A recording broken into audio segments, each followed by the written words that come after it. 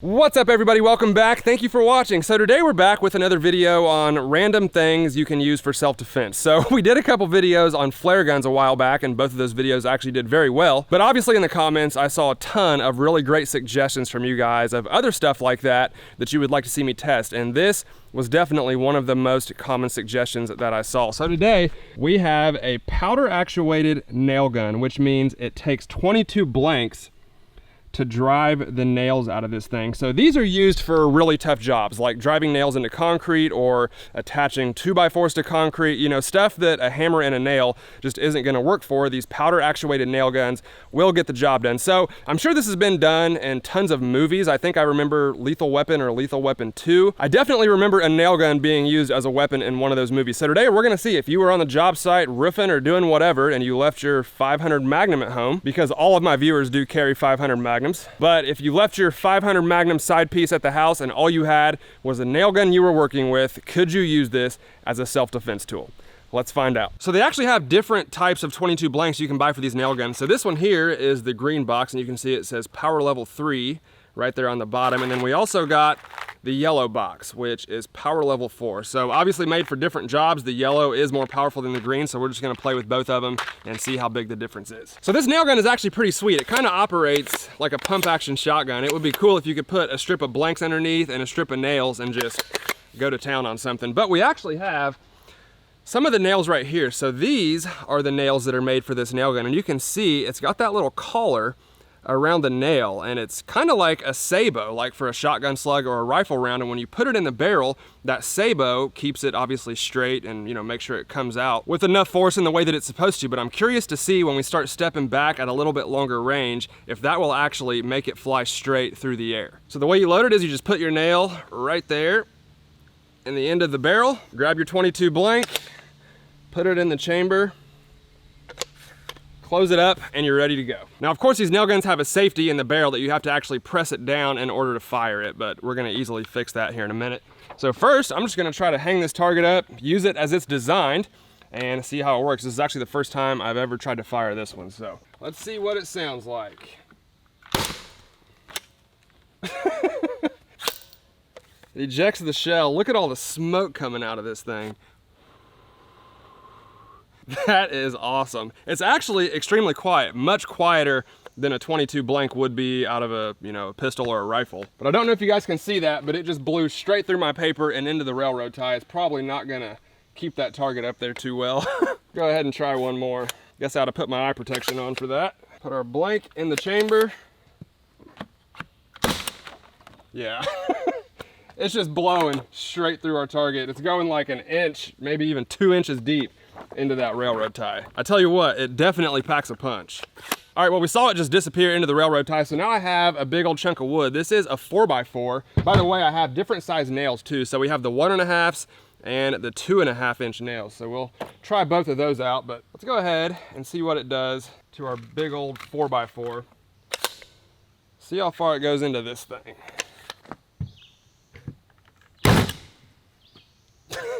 That is wild. I mean, I've played with these before. Hold on. We got to eject the shell and watch the smoke roll out. So I've played with these before, not this particular one, but man, don't know if y'all will be able to see that, but it is shooting that nail so far into that wood, you can't even see the top of it. So now I want to try one of our yellow 22 blanks, see how much more powerful it is. Oh my goodness. So it literally drove the piston out of the end of the barrel and stuck it into this 4x4. I don't know if you guys will be able to see that, but that nail went even deeper than the first one. So right off the bat, I can tell you that if you had a long enough nail and you pressed this up against the bad guy and used it that way, it would absolutely do some damage. These are not just regular nails. Those are some stout, beefy nails, again, that are made to go into concrete and stuff like that. So with its intended use and pushing it up against whatever you're driving these nails into, it would definitely do the job. But now we got to see how far it'll shoot. All right, so we're gonna shoot some really cool stuff here in a minute, but first I want to see how far back we can actually go and get these nails to stick in our target. So we're starting at like 5 feet away probably. And remember, this is strictly for scientific purposes and this is not the intended use of this gun, but I'm gonna defeat the safety by using this washer, put it around the barrel, and then pull it back with my finger so I don't have to actually use my index finger and thumb on the barrel of that thing. So 5 feet away, let's see if we can stick this nail into our paper target. Wow. Well, it definitely got there. I don't know if it flew straight or not, but so that one was pretty accurate, but it hit a hole in the railroad tie, so it's hard telling what happened to it. I'm hoping the sabot will keep it straight down the barrel and allow it to fly straight through the air and to the target. But let's try another one, see if we can hit it at a different spot. That one worked perfectly. Yes. Well, I tell you what, that thing actually has a little bit of recoil on it too. So obviously our first nail hit up there closer to the bullseye. That's exactly where I was aiming, but the railroad tie is real dinged up behind that one, so it went all the way through. But our second one stuck right there, again, exactly where I was aiming, and it looks like it flew perfectly straight and stuck right in to that railroad tie. Didn't penetrate extremely far, like nothing like whenever you hold it up point blank, but I kind of expected that because these nails are so lightweight and they're just not made to fly through the air like a bullet is. So you're gonna lose a lot of that energy when you step back further and further from the target. But as you can see, it is in there rock solid. Let's try one of the big old 2.5 inch nails. All right, now we step back to probably 10 feet. I don't think we're gonna get too much further back than this, but we'll see if we can stick one in there from here. It worked. All right, so that 2.5 inch nail you can see is right there. It's kind of crooked, definitely not as straight as the 1.5 incher that we shot below it, but both of them are in there a good bit. Definitely not coming out unless I have some kind of a tool. So as I expected, the sabots on those are not hard. They're actually really soft so that you can kind of shove them into the barrel. So I think when you put them in there, once you start stepping back at different distances, it's just not gonna fly straight unless you get lucky. I would say probably 1 out of every 5 will go perfectly straight and stick into your target. But other than that, they kind of tend to go crooked. But nonetheless, it's still a nail and they're still cooking coming out of there. So it says these are made for nailing through concrete. So I actually wanna try this. I'm gonna try to put this little piece of plywood onto this cinder block right here and see if this nail will actually go in there. Wow, no problem. Yeah, point blank range, these things are deadly. I swear, every time I move my table, the sun just follows us over there. But next up, I actually just found this on my railroad ties. So this is actually a piece of the skull from the Ballistic Dummy Lab human head that I shot several months back. And this is designed to exactly replicate human bone, more specifically the skull, which is the hardest to get through probably. So I'm gonna put the nail gun up against this piece of skull and see if it has enough juice to get through it. Based off what it did to the cinder block, I'm gonna say it will probably go through pretty easily, but this will tell us if the nail gun is powerful enough to get through human bone or skull. All right, we're gonna use the short nails for this one so I don't nail it to my table. Human skull, let's see. Oh my gosh.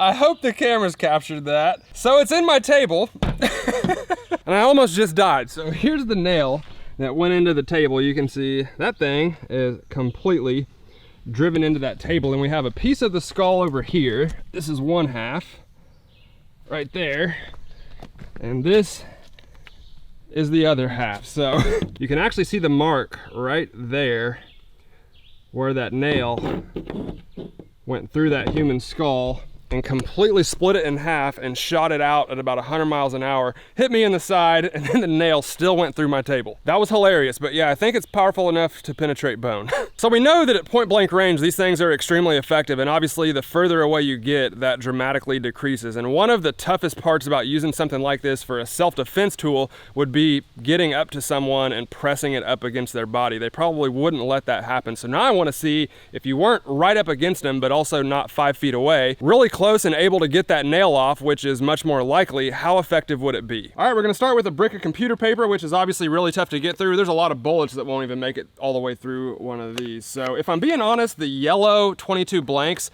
are very uncomfortable to shoot with the washer on the barrel. It just blows it off and, you know, feels like it's about to break my fingers. So we're gonna stick with the green ones for this kind of stuff, and we'll try the yellow ones on some other stuff. Point blank range on a brick of computer paper. Let's see. Oh yeah. All right, so you can see where that nail went into that brick of paper there. Definitely not a ton of penetration. It's in there good, like it's in there solid, but I would say it's probably only a third or a quarter of the way in there. Not a ton of penetration. Which, again, I expected. This computer paper is rock solid, really tough to get through. All right, let's go ahead and try a ballistics gel block. We'll try a few different nails and different 22s on this one. First, I'm gonna back off of it just a hair, kind of the point blank range thing, but not pressing into the gel. And we'll see what it does. This is a 1.5 inch nail with a green 22 blank. Not bad.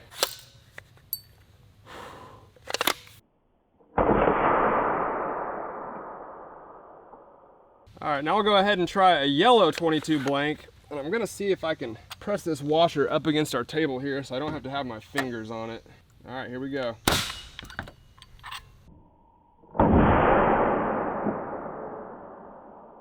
All right, so our first one with the green 22 blank went in right there on top, and you can see it probably went 2 inches, I would say, into that gel block, maybe 3 to the tip of the nail there. And then the second one was with the yellow 22 blank, and it went 2 to 3 times further. That's, I would say, 5 inches, maybe 6 inches of penetration, probably 5 to the tip of the nail into that ballistic gel block, which for a nail gun is quite a bit of penetration. So again, it's definitely not a bullet, but it's more powerful than a BB gun or something. So I think we're starting to get the point. This nail gun is very powerful, and I wouldn't want to be anywhere near someone that was trying to shoot me with one of these, but it's also nowhere near as effective as a gun. I think we all kind of expected that. It obviously wouldn't be the best choice for self-defense, and we've seen that in some of our serious tests, but remember, this is for extreme cases where this is all you got, and I think it actually could be useful in that situation. But next, let's try something a little more fun. So on the table here, I have, I don't know, 15 or 20 red and blue 4th of July patriotic water balloons. You can see we got them alternated, red and blue, all the way down. And now I want to see how many of these water balloons will one of these nails actually go through, if I can even keep it straight enough to not curve out and miss. So I got my big piece of wood on the table so they don't roll off, because we're kind of on a hill, but I don't think it's going to do too well. Number one, because water is just really hard to get through, and we're shooting a nail, which is not going to, you know, fly very straight once it comes in contact with something. So let's see. Try to get it lined up. Actually, more than I thought. So I'd say it probably went through 5 or 6, which, like I said, is definitely more than I thought it would go through. Let's try it one more time with the ones we got left. This time we're a little bit further away. Not quite as many that time.